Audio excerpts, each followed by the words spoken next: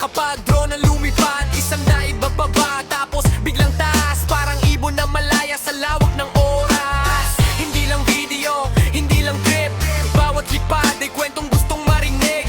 Sa bawat galaw ng kamera sa ere, parang ikaw mismo ang nandun sa biyahe. Lipad sa